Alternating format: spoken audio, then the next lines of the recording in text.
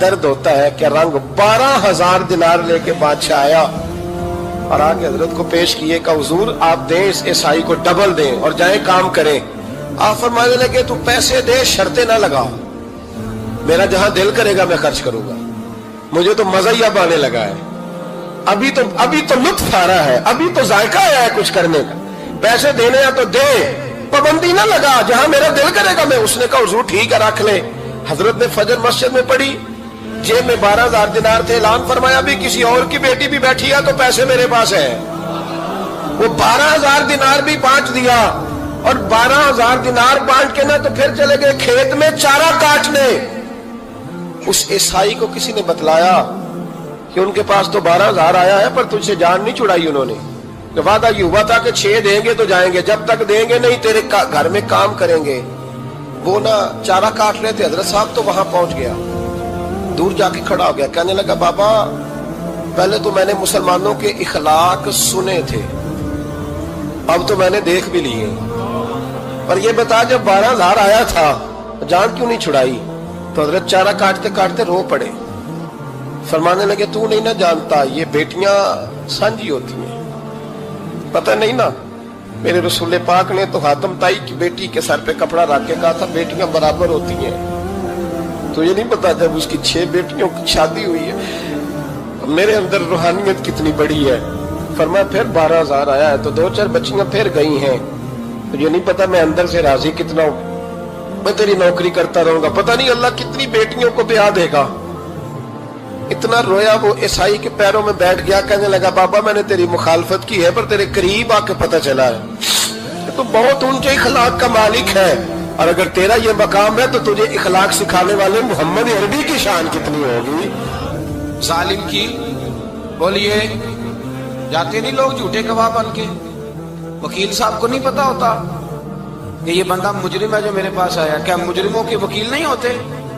بولے تو اس کو پتہ نہیں ہوتا وکیل صاحب کو کہ یہ صاحب مجرم ہے، میرے پاس مقدمہ لے کے آئے، اور اگر بے ادبی نہ ہو جائے تو میرا خیال ہے قاضی عدالت کو بھی پتہ ہوتا ہے کہ مجرم کون ہے اور مظلوم۔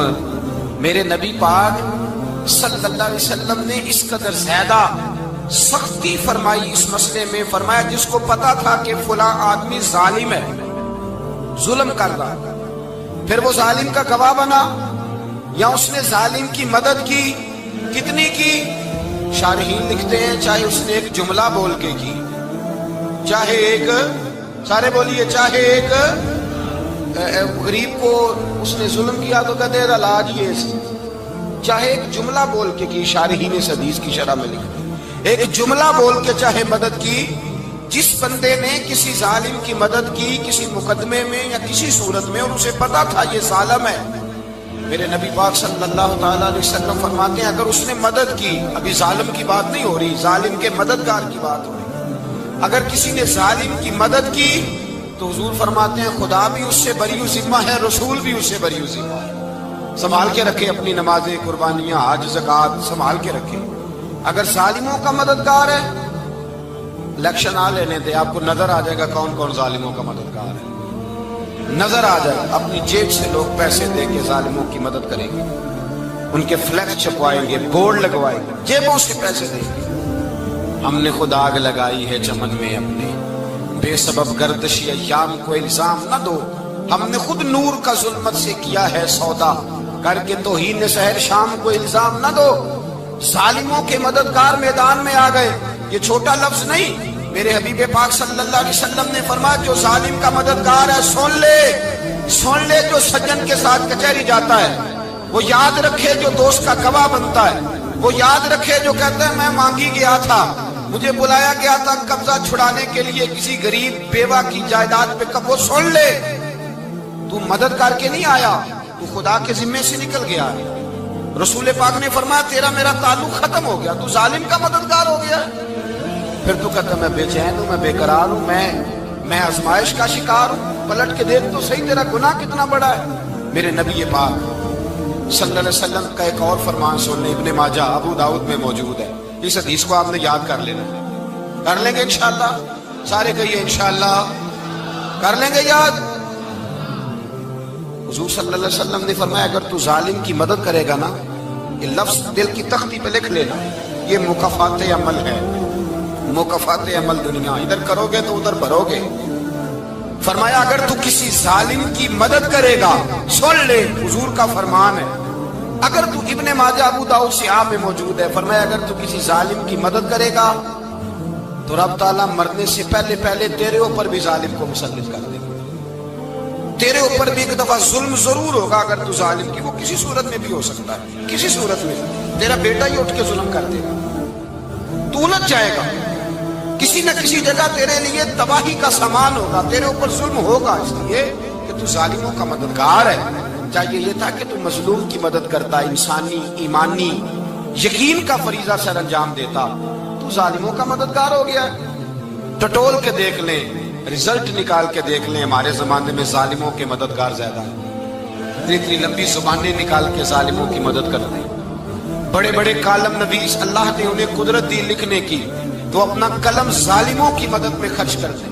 وہ لوگ جن کو اللہ تبارک و تعالیٰ نے قدرت دی، ہمت دی، طاقت دی، کچھ لوگ ان کے حلقہ احباب میں وہ اپنے لوگوں کو استعمال کر کے ظالموں کی مدد کرتے ہیں، ظالموں کی مدد کرتے ہیں۔ میرے نبی کریم سید عالم نور مجسم صلی اللہ علیہ وسلم نے فرمایا اگر تو نے ظالم کی مدد کی تو جب تک تو توبہ نہیں کرے گا رب تجھ سے ناراض ہی رہے گا، اللہ تجھ سے، او بھائی جس سے رب بھی ناراض ہو گیا، نہ کھانا نہ پینا نہ سونا نہ جاگنا نہ نیند، پھر تیری ہر چیز تیرے لیے آزمائش ہو جائے گی، پھر تیرا سایہ بھی تیرے لیے خوف کا سامان بنے گا، پھر زندگی جیتی جاگتی لاش بن جائے گی، تو اپنے کندھوں پر اپنی میت اٹھائے پھرے گا جب تو ظالم کا مددگار ہوگا۔ اور نبی پاک صلی اللہ علیہ وسلم نے فرمایا ظالموں کا مددگار بھی ظالم ہوتا ہے، ظالموں کا مددگار بھی، سارے بولے ظالموں کا مددگار بھی، نہیں کو نہیں، آپ سارے نہیں بول، ایک دفعہ بولے ظالموں کا مددگار بھی، پکی بات ہے، ظالموں کا مددگار بھی۔ اللہ جس کا یارانہ ہو، جس کا دوستانہ ہو، جو کہے میں نے نا اس کو اوکھے ویلے کے لیے ظالم کو یاد رکھا ہوا ہے، کبھی مشکل پر رکھے نہیں ہوئے لوگوں نے ظالم دوست، کہتے میں نے رکھے ہوئے ہیں، بلکہ ہمارے دیہات میں تو کہتے ہیں میں نے بازو بنائے ہوئے۔ کس کو بازو بنا لیا؟ ظالم بھی کبھی بازو ہوتا ہے، جو ظلم کی تلوار لیے میدان میں کھڑا ہے۔ قارون، حامان، فرعون، نمرود کا حال نہیں لوگوں نے دیکھا؟ اپنے زمانے میں آپ نے کتنے لوگ نہیں دیکھے جن کے سائے سے، آواز سے لوگ کانپتے تھے؟ پھر پولیس کی گاڑیوں میں وہ اس طرح مردہ پڑے کہ دنیا نے تماشا دیکھا ان کا، یہ رنگ ہم نے دیکھے نہیں اپنے آنکھوں سے۔ فرمایا ظالم کا مددگار بھی، جو کار میں بٹھا کے لے کے گیا وہ بھی ظالم، جس نے چائے پلائی وہ بھی، جس شخص نے کھانا کھلایا وہ بھی، جو کچہری تک ساتھ گیا وہ بھی، جس نے فلیکس کے نیچے، بڑے شرابی کے نیچے چھوٹی اپنی فوٹو لگائی وہ بھی، جو ووٹ کی پرچی ڈالنے گیا وہ بھی۔ کہہ دینا باہر نکل کے کہ حضرت صاحب نے سیاسی تقریر کی ہے، کہہ دینا، پر بات تو سچی ہے نا۔ خو کرے ہم تو سے تھوڑا سا گلا بھی سن لے، خو کرے ہم تو سے تھوڑا سا بھی گلا۔ امام مالک کے پاس ایک بندہ آیا، اس نے کہا حضور میں درزی ہوں، ایک ظالم بادشاہ مجھ سے کپڑے سلواتا ہے، میں تو ظالموں کا مددگار نہیں نا۔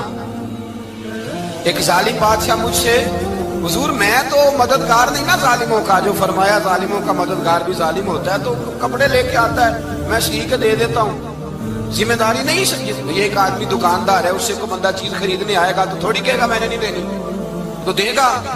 کوئی بندہ اگر کسی شخص سے کوئی کام کہتا ہے جو اس کی فیلڈ ہے، اس کا شعبہ ہے، اس کا معاش کا وہ سلسلہ ہے، کہتے ہیں یا رسول اللہ صلی اللہ علیہ وسلم ظالموں کا مددگار بھی ظالم، حضور نے فرما دیا۔ تو امام مالک سے بندے نے مسئلہ پوچھا، دل کی تختی پہ لکھنے والی باتیں ہیں، کہا حضور میں درزی ہوں، ظالم کپڑے سلواتے ہیں، میں تو مددگار نہیں نا۔ امام صاحب کہنے لگے نہیں، مددگار تو وہ ہوگا جو تجھے سوئی دھاگا فراہم کرے گا، تو پورے کپڑے سی کے دیتا ہے، تو خود بہت بڑا ظالم ہے، تو پورے سوٹ سی کے دیتا ہے، تو بہت بڑا ظالم خود ہے۔ مددگار تو وہ ہوگا جو تجھے دھاگا دے گا، جو تجھے بٹن دے گا، جو تجھے نلکی دے گا، جو ظالم سے اتنی نفرت ظلم کر کے بندہ آئے۔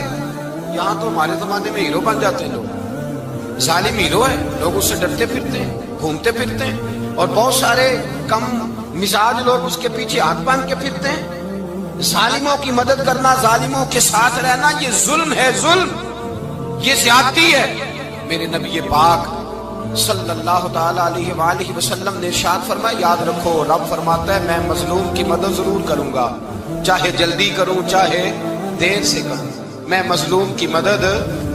حضور صلی اللہ علیہ وسلم نے فرمایا ہے، حضرت معاذ بن جبل کہتے ہیں حضور نے مجھے یمن کا گورنر بنایا، جب میں جانے لگا نا تو حضور نے بڑی نصیحتیں کی، بخاری میں موجود ہے، فرماتے ہیں جب میں پلٹنے لگا تو میرے رسول نے فرمایا معاذ ایک منٹ ٹھہر جا، ایک بات میری یاد رکھنا، اس کو نہ بھولنا۔ کہا حضور کیا؟ فرمایا دیکھنا کسی پہ ظلم نہ کر بیٹھنا، کہیں تجھ سے زیادتی نہ ہو جائے۔ محبوبہ پھر حضور نے فرمایا سن میرے معاذ میں تجھے گورنر بنا رہا ہوں، زیادتی نہ کر بیٹھنا۔ یا رسول اللہ صلی اللہ علیہ وسلم کیا ہوتا ہے؟ تو میرے کریم نے فرمایا جب مظلوم دعا کے لیے ہاتھ اٹھاتا ہے تو عرش کا مالک کہتا ہے فرشتوں پیچھے ہٹ جاؤ، عرش کا مالک کہتا ہے فرشتوں پیچھے ہٹ جاؤ، دروازے کھول دو۔ فرمایا مظلوم اور رب کے درمیان شے حائل کوئی نہیں۔ حضرت خضر علیہ السلام آئے، کہنے لگے حضور شیخ عبد القادر جیلانی سے کہنے لگے آپ دعا نہ کریں، میں پیغام لے کے آیا ہوں، اس کے نصیب میں ہی اولاد نہیں، نہ کریں دعا، نے کر دی پر یہاں تو ہے ہی نہیں۔ تو یہ لاڈلے ہیں نا رب رسول کے، اللہ رسول کو منا لیتے ہیں۔ تو غوث پاک کہنے لگے اچھا نہیں اس کے نصیب میں دعا، چلو ٹھیک ہے، اولاد کوئی نہیں، کوئی نہیں۔ پھر ہاتھ اٹھائے، کہ اللہ تجھے پتا تھا نا کہ یہ میری طرف آ رہی ہے، اور اللہ تجھے علم تھا نا میرے دروازے تک آ گئی ہے، اور مالک تجھے پتا تھا نا دعا کا کہے گی اور میں دعا کروں گا، تو جانتا تھا نا۔ اچھا میں سمجھ گیا، اب یہ لوگوں سے جا کے کہے گی میں عبد القادر تک بھی ہوا یوں پر میرا کام نہیں بنا، ملا کچھ نہیں، یہ کہے اور دو آنسو شیخ عبد القادر جیلانی غوث پاک کی، اللہ اچھا ٹھیک ہے، کہے گی نا میں ہوا یوں، ٹھیک ہے کوئی عرض نہیں، لفظ کہے حضور غوث پاک نے تو جناب خضر وہیں کھڑے کھڑے کہنے لگے عبد القادر تیرے بھی قربان جاؤں، اور تیرے رب کے تیرے ساتھ پیار کے بھی قربان جاؤں۔ رب فرماتا ہے بولیے کتنے بیٹے چاہیے بی بی کو، آپ کیجئے بات۔ تو غوث پاک فرمانے لگے چونکہ میرے گھر آئی ہے تو رب سے فرمائے 7 بیٹے تو عطا کر دینا۔ او بھائی اتنی سی بات نہیں لوگوں کی سمجھ میں آتی کہ میرا کوئی لاڈلا پیار والا ہو تو میں مان جاتا ہوں، تو جو رب رسول کے لاڈلے وہ جب بات کرتے ہیں تو اللہ رسول بھی مان جاتے ہیں۔ بھائی اتنی سی بات ہے۔ ایک شخص نے آ کے کہا حضور میرا والد انتقال کر گیا ہے، رات خواب میں دیکھا بڑے عذاب میں، لوگ بڑے پریشان ہوتے ہیں ان باتوں بڑے، لیکن میں بڑے دلائل قائم کر سکتا ہوں۔ آپ ہمیں کیا ملنگ سمجھتے ہیں کہ ہم جو بات کریں گے بغیر دلیل کے کریں گے؟ بیٹھ کے لوگ کہانیاں سنا رہے ہیں کہ جناب غوث پاک ایسے کر سکتے تھے، یہ کیسے ہو سکتا ہے؟ تو جو کہانی تم سنا رہی ہو تو کافر بھی سنا رہا ہے، وہ کہتا ہے اگر تمہارا رب سارا کچھ کر سکتا ہے معاذ اللہ تو پھر اسے کہو فلانا کام کرے، اس کا کیا جواب ہے تمہارے پاس؟ بڑی بڑی عجیب لوگ کہانیاں کرتے ہیں اور شرم نہیں آتی اللہ والوں کے بارے میں اتنی کچی اور غلیظ زبان استعمال کرتے، اور مجھے کہنے والوں پر اتنا شکوہ نہیں جتنا سننے والوں میں شکوہ۔ ایسے لوگوں کو سنتے ہو جو توہین کرتے ہیں رب کریم کے بندوں کی؟ سنو حضور غوث پاک سے آ کے کہا حضور میں نے رات خواب میں اپنے والد کو دیکھا عذاب میں بڑی تکلیف میں ہوں، میرے ابا کے لیے دعا کر دیں۔ تو غوث اعظم فرمانے لگے وہ یہاں کبھی آیا تھا؟ بیٹھا تھا؟ حدیث ہے صحیح بخاری میں صحیح مسلم میں کہ ذکر والوں کی مجلس میں بیٹھنے والا بدبخت نہیں رہتا، اللہ اسے سعید بخت کر دیا کرتا ہے۔ یہ حدیث ہے بخاری مسلم میں حدیث۔ اب تم حدیث ماننے سے بھی انکار کرو گے؟ جو اللہ والوں کی محفل میں آئے بدبخت ہو تو رب سعید بخت کر دیتا ہے، بخاری مسلم ہے۔ جو ذکر والوں کے ساتھ بیٹھے تو رحمت اسے گھیر لیتی ہے۔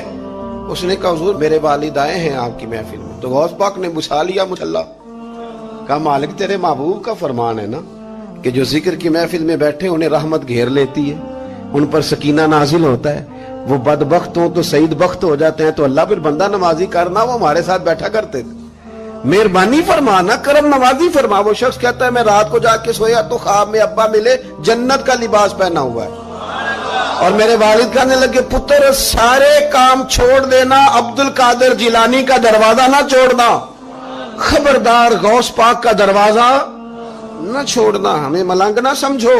آپ کیا سمجھتے ہیں کہ ہم ایسے کو ملنگ تلنگ لوگ ہیں جس کے مرضی پیچھے لگ جائیں گے؟ ہم تو بڑے سیانے لوگ ہیں، ہم تو بڑی جلدی کسی بندے کو تسلیم ہی نہیں کرتے۔ ہر بندہ اپنے ابا کا نام اپنے نام کے ساتھ لگاتا ہے، ہم نے زندگی قادری لکھ کے گزار دی ہے ساری۔ آپ کیا سمجھتے ہیں کچے پکے لوگ ہیں؟ اور صرف یہاں نہیں وصیت لکھ کے رکھی ہے، مریں گے بھی تو قبر پہ پہلے لفظ قادری لکھنا، اس لیے کہ خدا کے فضل سے ہم پر ہے سایہ غوث اعظم کا۔ اور ہمیں دونوں جہاں میں ہے سہارا، اور بڑی تحقیق کے ساتھ اور بڑی ریسرچ کے ساتھ اور بڑے سیانے بن کے، لیکن جس دن کا مان لیا ہے پھر بالکل ہی مان لیا ہے، پھر بالکل ہی مان لیا۔ آپ یقین کریں مجھے مزہ آتا ہے جب مجھے کوئی کہتا ہے قادری صاحب، بڑا مزہ آتا ہے، بڑا سرور آتا ہے۔ کوئی میرے نام سے نہیں نہ پکارتا، اس کا بنا کے پکارتا ہے، کوئی اس کا بنا کے پکارتا ہے، کوئی اس کا کہہ کے پکارتا ہے تو ذرا چسکا آتا ہے، یعنی اس میں سرور آتا ہے، اس میں ذرا کیف آتا ہے۔ حضور غوث پاک آپ کی نسبت بڑی شان والی، آپ کا مقام بڑا۔ حضرت مولانا جمیل الرحمان قادری اعلیٰ حضرت کے مرید ہیں، وہ فرمایا کرتے تھے خدا کے فضل سے ہم پر ہے سایہ غوث، ہمیں دونوں جہاں میں ہے سہارا۔ اور قادری کہتے ہیں غوث پاک سے پیار کرنے والے کو جو بھی پیار کرے وہی قادری ہے۔ تو خدا کے فضل سے ہم پر ہے سایہ، ہمیں دونوں جہاں میں ہے سہارا، خدا دے گا منادی حشر میں یہ قادریوں کو، کہاں ہے قادری کر لے نظارہ غوث اعظم، کہاں ہے قادری کر لے نظارہ۔ اور پھر فرماتے ہیں جمیل قادری 100 جاں سے ہو قربان مرشد پر، اپنے شیخ کی بات کرتے ہیں، جمیل قادری 100 جاں سے ہو قربان مرشد پر، بنایا جس نے مجھ جیسے کو بندہ غوث اعظم کا۔ یہ غوث اعظم واحد صوفیاء کی جماعت میں امام ہستی ہیں کہ کوئی کسی بھی سلسلے سے تعلق رکھے، وہ نقشبندی ہے، وہ چشتی ہے، وہ سہروردی ہے، آج آپ کو سارے 11ویں دیتے نظر آئیں گے۔ اس لیے کہ غوث اعظم رضی اللہ تعالیٰ عنہ کے فیض جب برسا ہے تو می بن کے ہی برسا ہے، اور ہر جگہ ہی برسا ہے، ہر جگہ ہی برسا ہے۔ تو بجائے اس کے کہ